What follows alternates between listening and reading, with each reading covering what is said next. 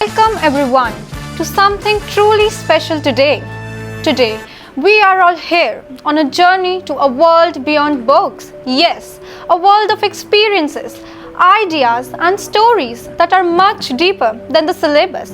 This isn't just another event, it's the beginning of a voice, a vibe, a vision. Welcome to the first episode of our brand new concept, Beyond the Books, with the motto of the students, by the students, for the students. So, today we have with us someone who has been a guiding light for countless students, a leader whose calm presence brings more than just answers. He brings perspectives. His words don't just guide minds, they uplift spirits. And even now, when responsibilities have taken him far and wide, he is back. His words don't just guide minds, he is a leader who followed by wisdom and compassion, inspiring all walking on the path of faith. He has served as the secretary of the Ajmer Diocesan Education for Commission. Today, with utmost respect and honor, we invite our most right Reverend Bishop John Carvalho. Get ready for insightful discussions that will leave you inspired and informed. Sir, welcome back. I'm sure just walking through these corridors must have brought back a lot of memories. How's it feeling to be back in the school where you were once our principal? First of all, good morning to you all. Good morning. And I'm very happy to know that you are going to host this as a show. And for this initiative, my congratulations to the principal, Father J. Francis, and his entire staff and the students. Beyond the books, that's beautiful concept. Yes, it's not only books, the whole environment, whole entire campus, our whole society, the whole world is a book which we have to read. Coming to back to your question, I'm not only happy, I'm quite emotional and feeling that back home, feeling that nostalgia, that feeling I have.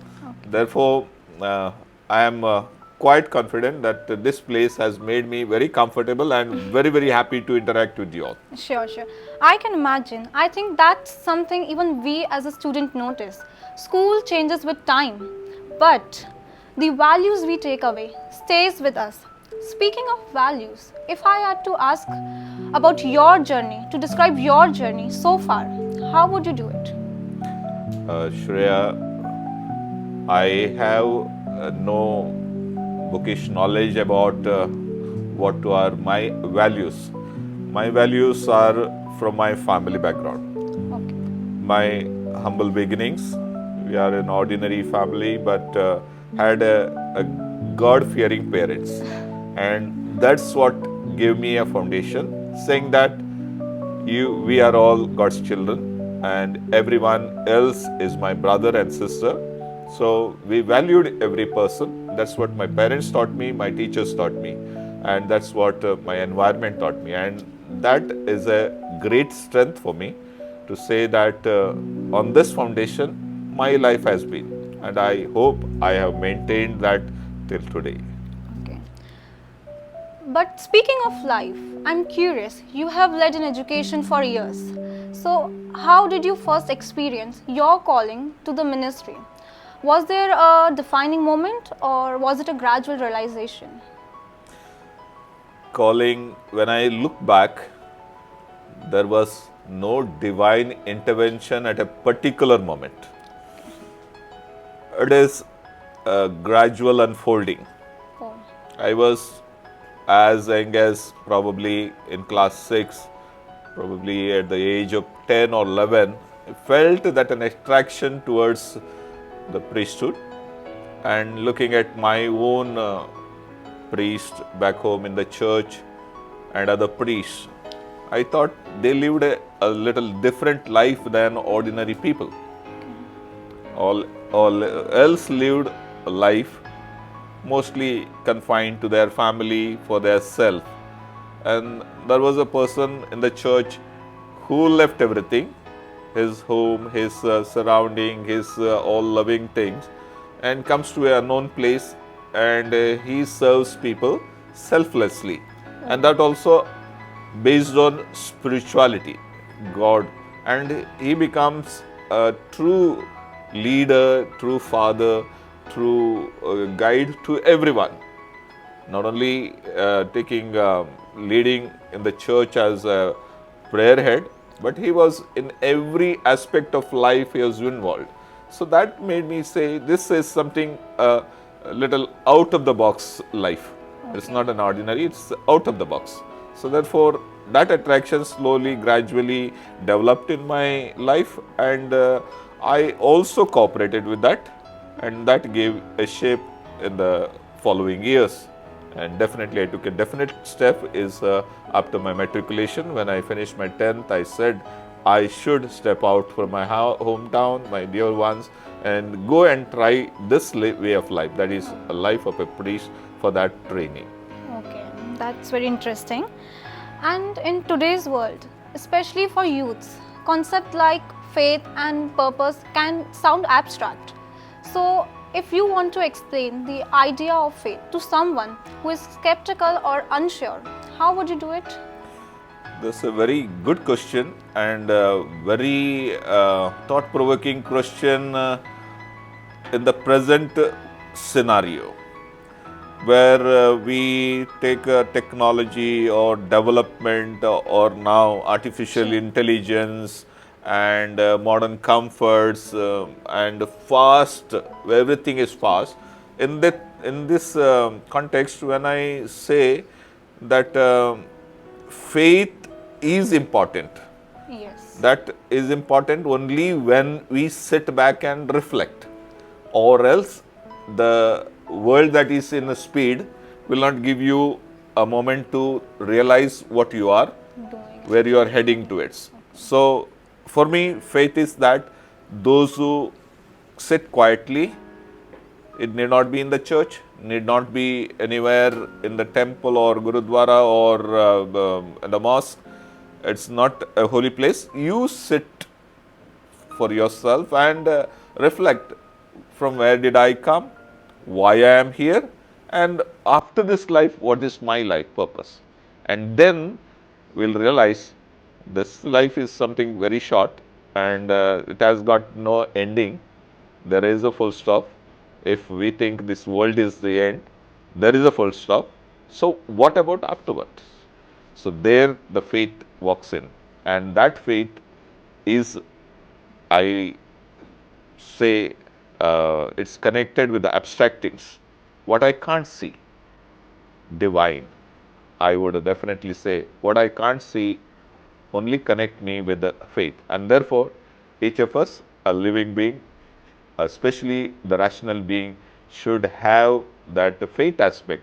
And if that is there, then they will live purposefully and meaningfully, and their life becomes fruitful.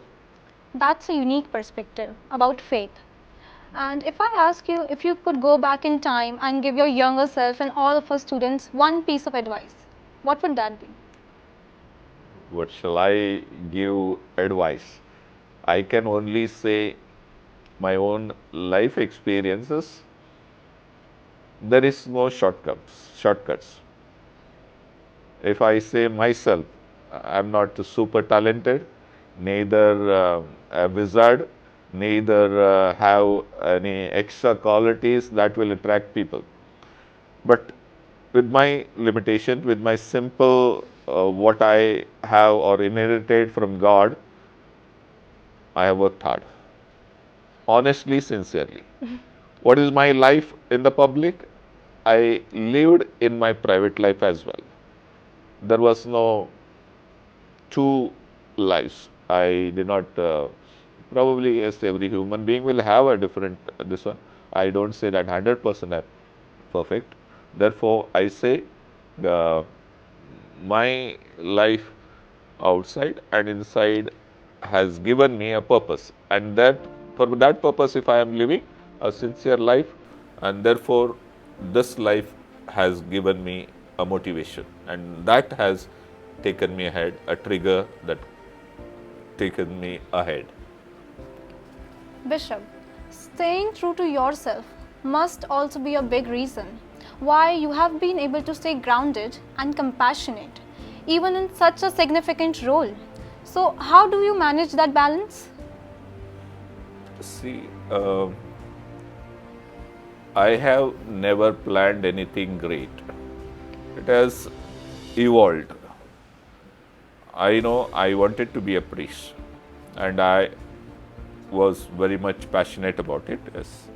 After that, what has happened now, if I have become a bishop, there is no my personal role in it. Probably it is observation from others. Many of my companions, priests, co-workers have found that I am maybe able to for this post. So therefore, the binding post is that my being true to myself, and that could have been attracted people. That's why I think I can't say that I had planned or I never an applied post it is. It is a God-given gift, I can say. It is people's voice. It is there. Therefore, I am here. That's great. That's actually great. We often see so many institutions like schools, hospitals, community centers quietly helping people beyond their main roles. So, how do they actually manage to make that kind of impact from the inside? See, today world is full of advertisement, Yes. and what is being flagged, what is being displayed, what is made attractive, what is colorful, is being bought. Yes. That there is business, but very few live a genuine life, and That's true. and very few have that honest life, and that life is life for others. I would quote here Mother Teresa. Oh, She did not advertise anything. Neither she gave a great speech. She is not a super talented person. But her humble work with the downtrodden, especially the neglected ones, the old ones, sick ones, the people who are rejected, those who are in on the streets, on the railway stations, or in the garbage. These were the people picked up by her, and her personal conviction that she could see God in each of them. They cannot be rejected people. Every created being in this world, especially human being, a crown of creation, God calls. Crown of creation, human being. If we can respect, especially the most feeble one, the needy one, Gandhiji says the last one. Those people, if one can recognize, uh, that means they are motivated by inner spirit, that is God Himself. They have realized they are not only the individuals, they have realized that God is their creator and fellow human beings are their brothers and sisters. Therefore, this motivation, saying that if my God is my father and everyone is my brother and sister, it is a selfless service. Then whether it is an institution like a hospital, the any home community for centers. disabled people or neglected people, marginalized people, vulnerable people, is an institution like this. And there are also in the villages where there is no profit, especially the Catholic schools which are run, they are non-profit institutions because it is Yes. service oriented, and that service is motivated because of the love that is because of for God and for human beings. And therefore this kind of conviction in one person will definitely establish such service minded institutions, not profit oriented, not business oriented. These are not corporates.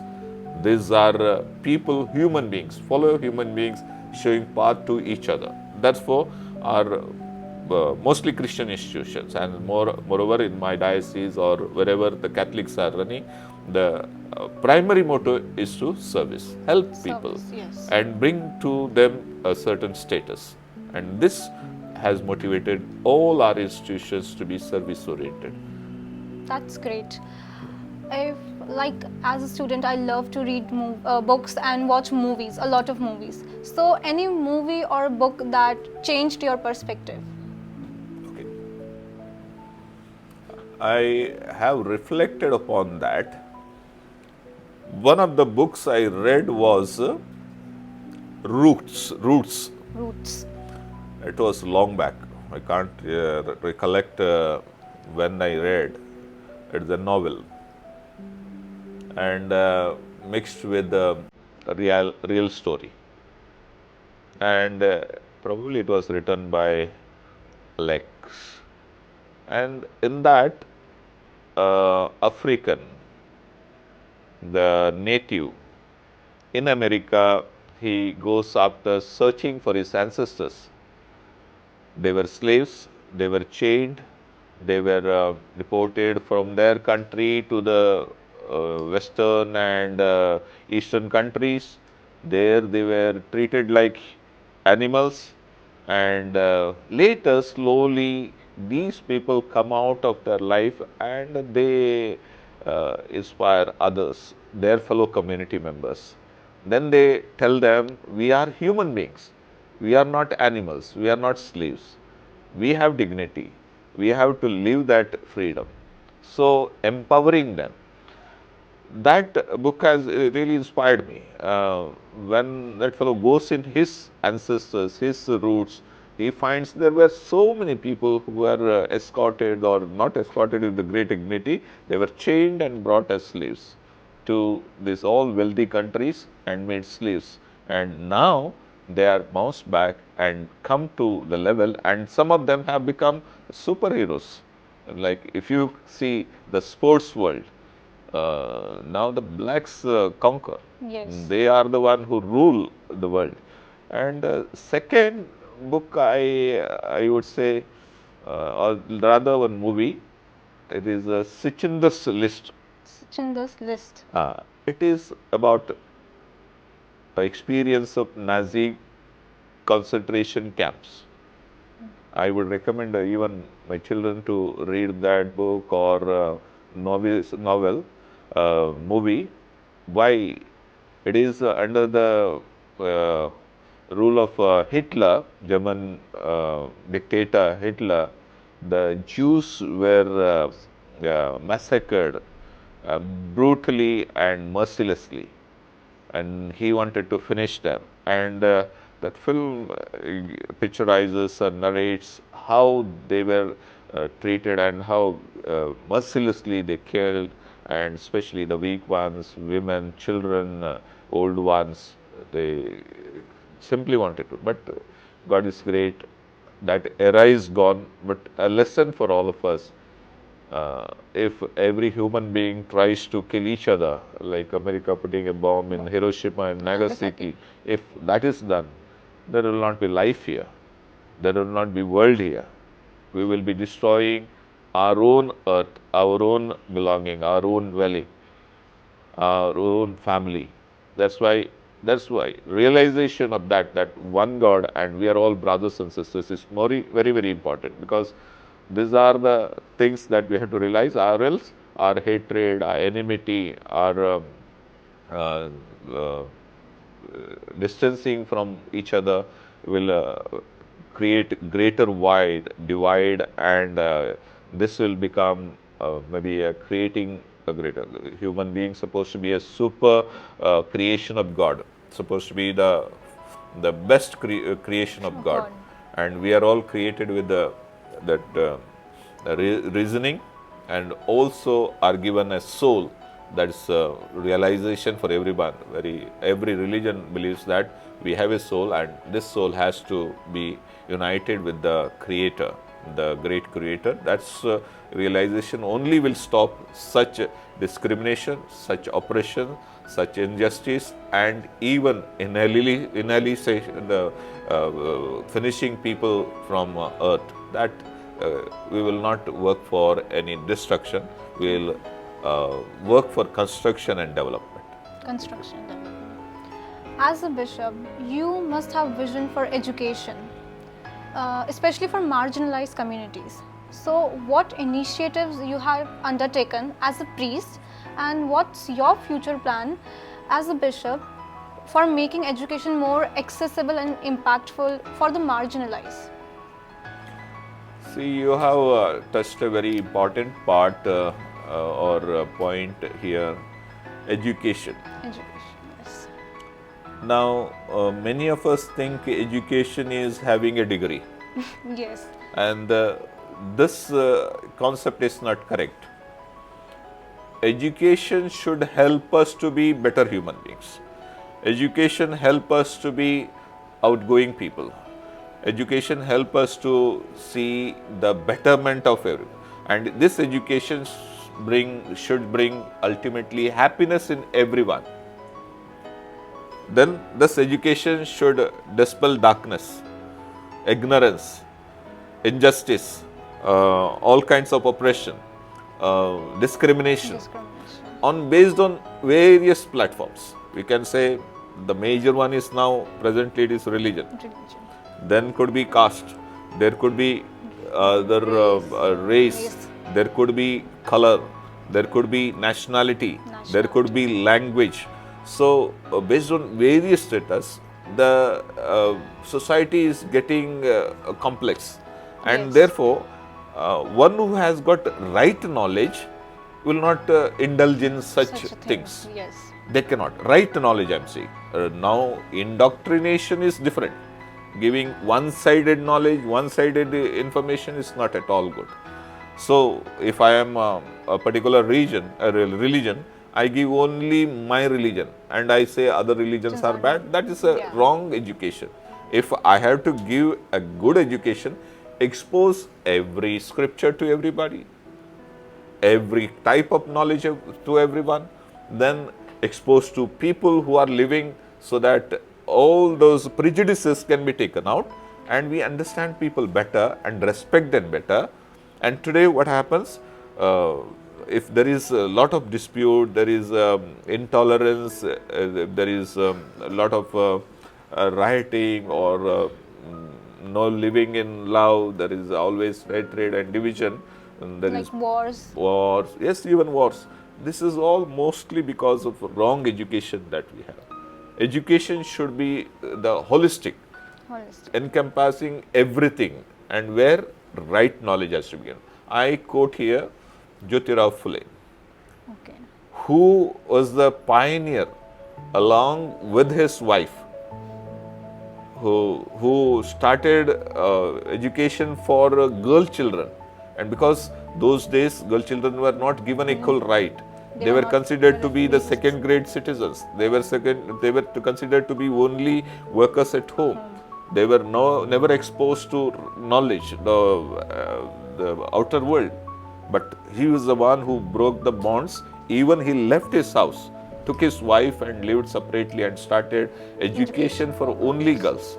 That's why today we have great respect for Jyotirao Phule, and I would say education, a right education, would bring this equality, this maybe a platform to bring everyone together. Right education, not one-sided, not a bookish one. It should be every type of knowledge one should acquire.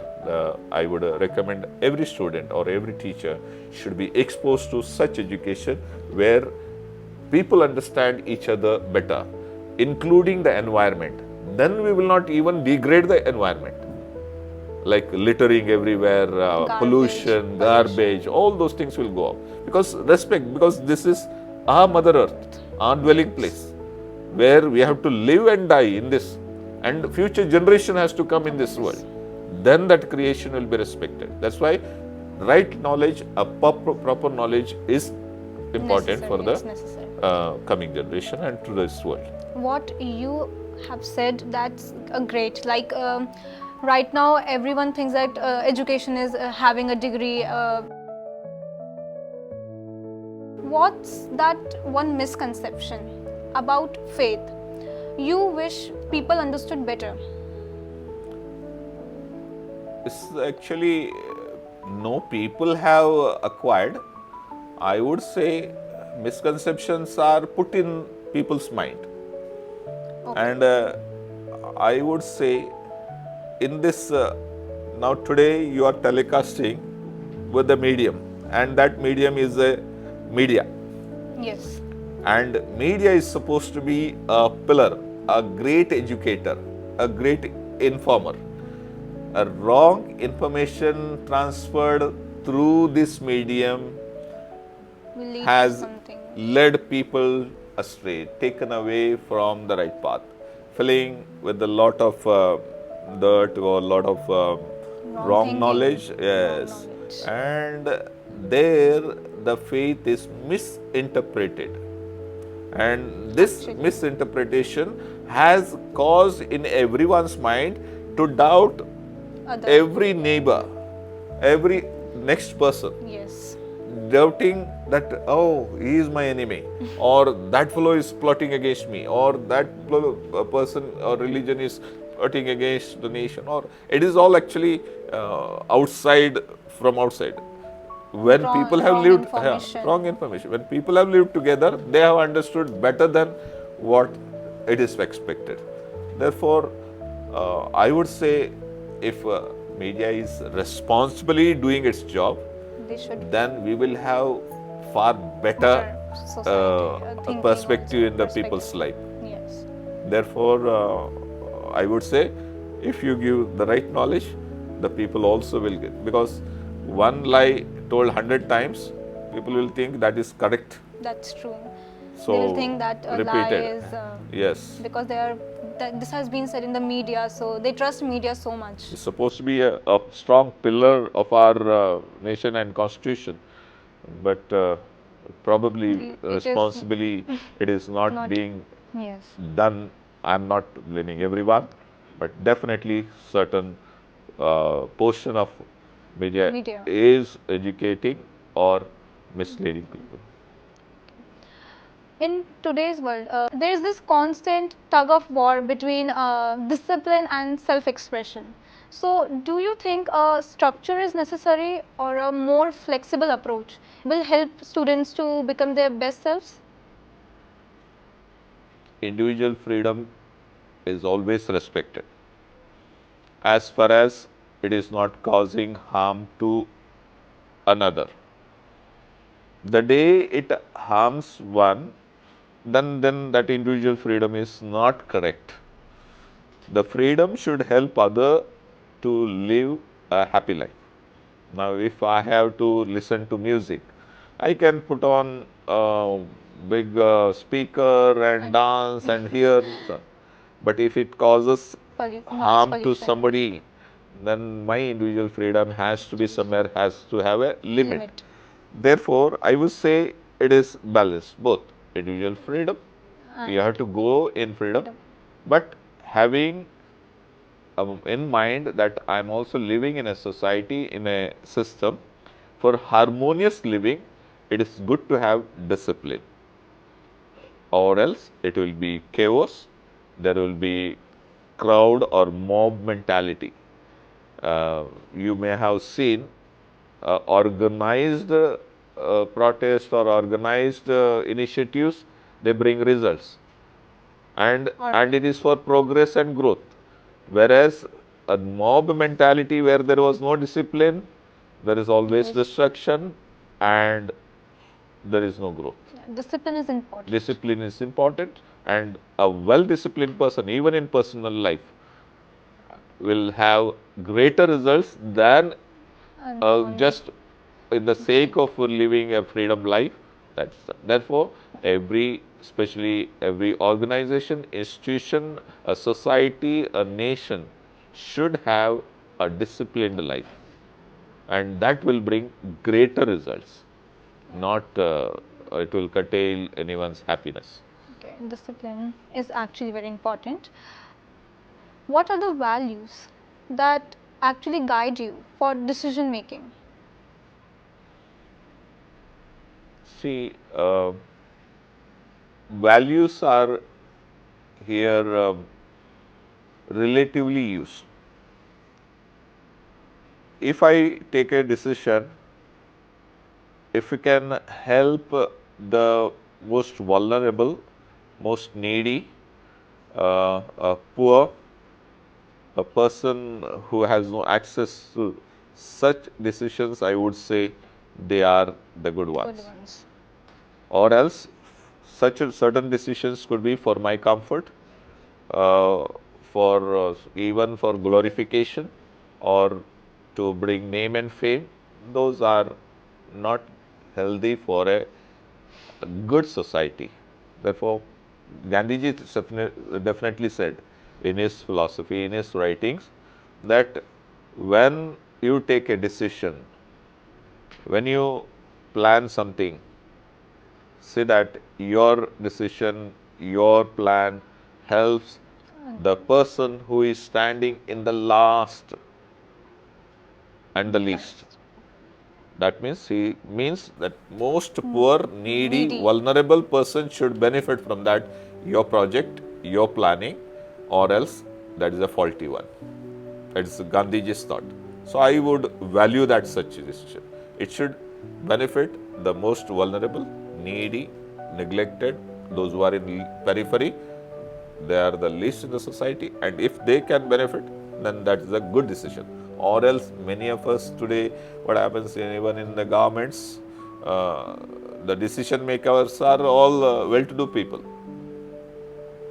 They do accordingly. They twist and turn the law and system that so that they get more and more benefits. Benefit. A businessman, Business. he will earn more and more with that, or corporate, he will benefit more and more. Such decisions are coming. So therefore, I would say a good decision is that which helps the most needy person. That's very true. So, with this last question, we will head on to a segment in Beyond the Books in which the audience will ask questions and they'll seek solutions to their problems.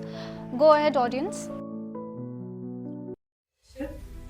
Looking back, what was one life lesson that no textbook ever could explain the students, but you put in a better way? Yeah. Here, I have no definite answer, but I would say lesson that I lived, I could authentically speak to the children. That one thing I said, that hard work, I personally practice it. Therefore, I tell children, there is no shortcuts.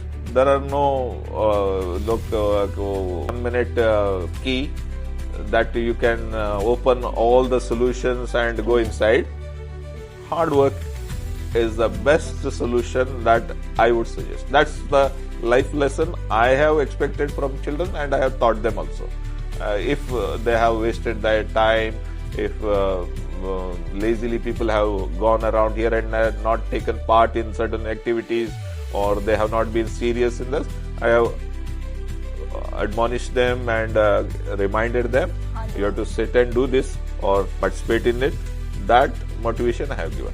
That is from my personal life.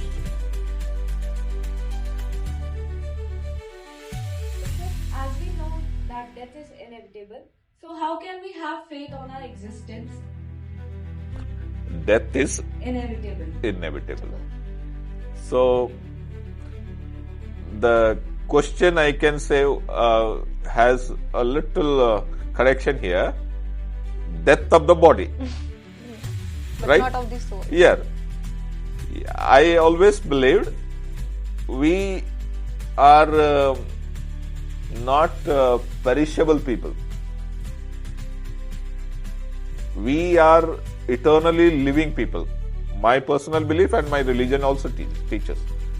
Because this body is not that is eternal. This body is maintained by earthly food, earthly environment.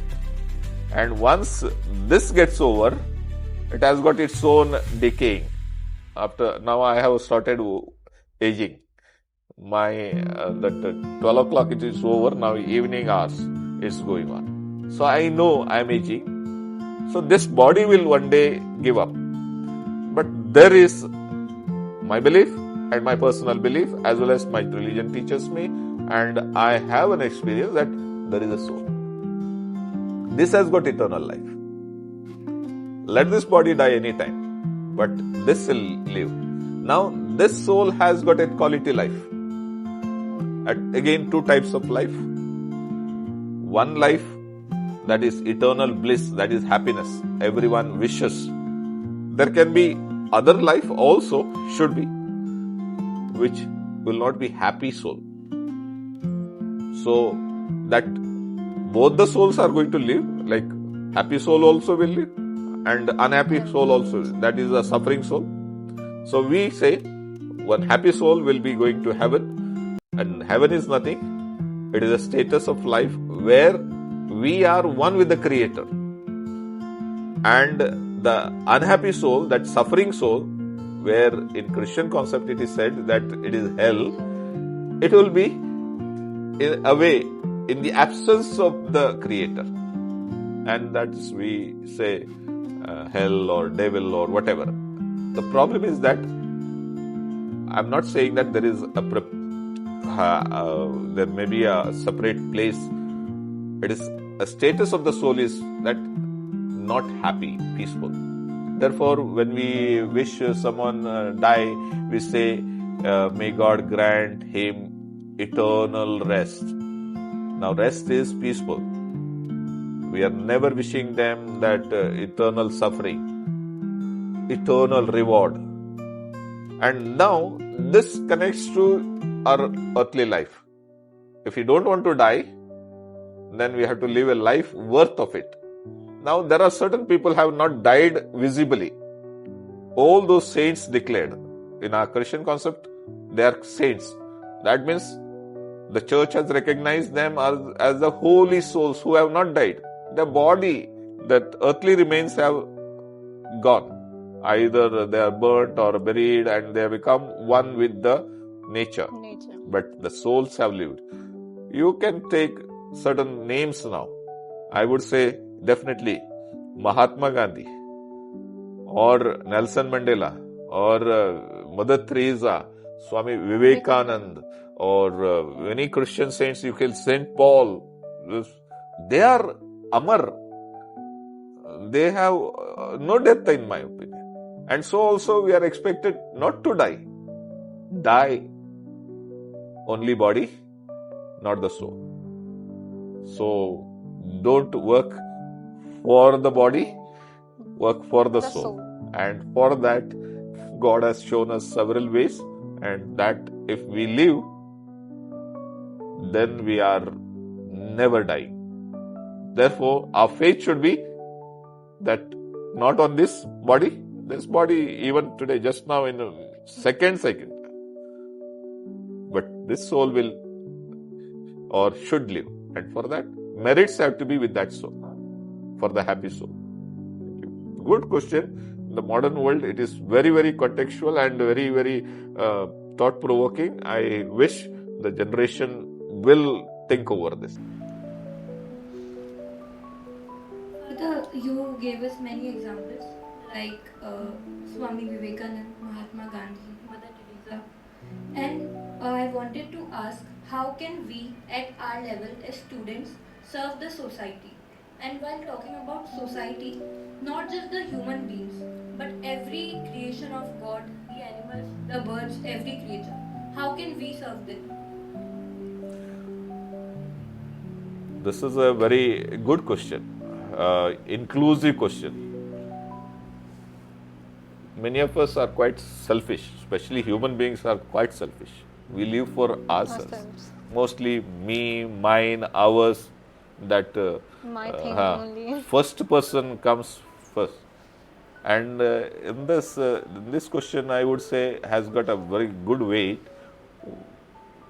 We are not created from out of the way one human being. In my Christian concept, it is Bible says God first created the creation, everything in it, whether the water, earth, air, nature, birds, animals, everything is created and for human beings together. And If we don't respect this creation, we will be deprived of this creation, and without that, we will not be able to live. We will be extinguished one day. Because creation and human beings, they have to live hand in hand.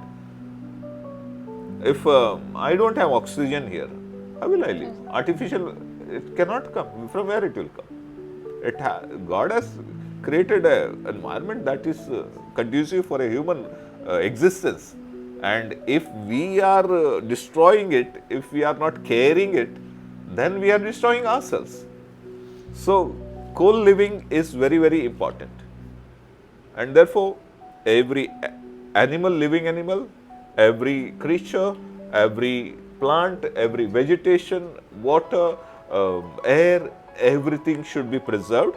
And as the children who are learning, growing, you should have this awareness, building up my awareness around my surrounding, that I have to develop this, I have to love this, I have to care for it. That itself is co-living.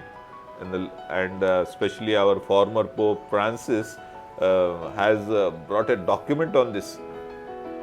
He says this earth is our mother, and it is a dwelling place for us. So we should love it and care for it.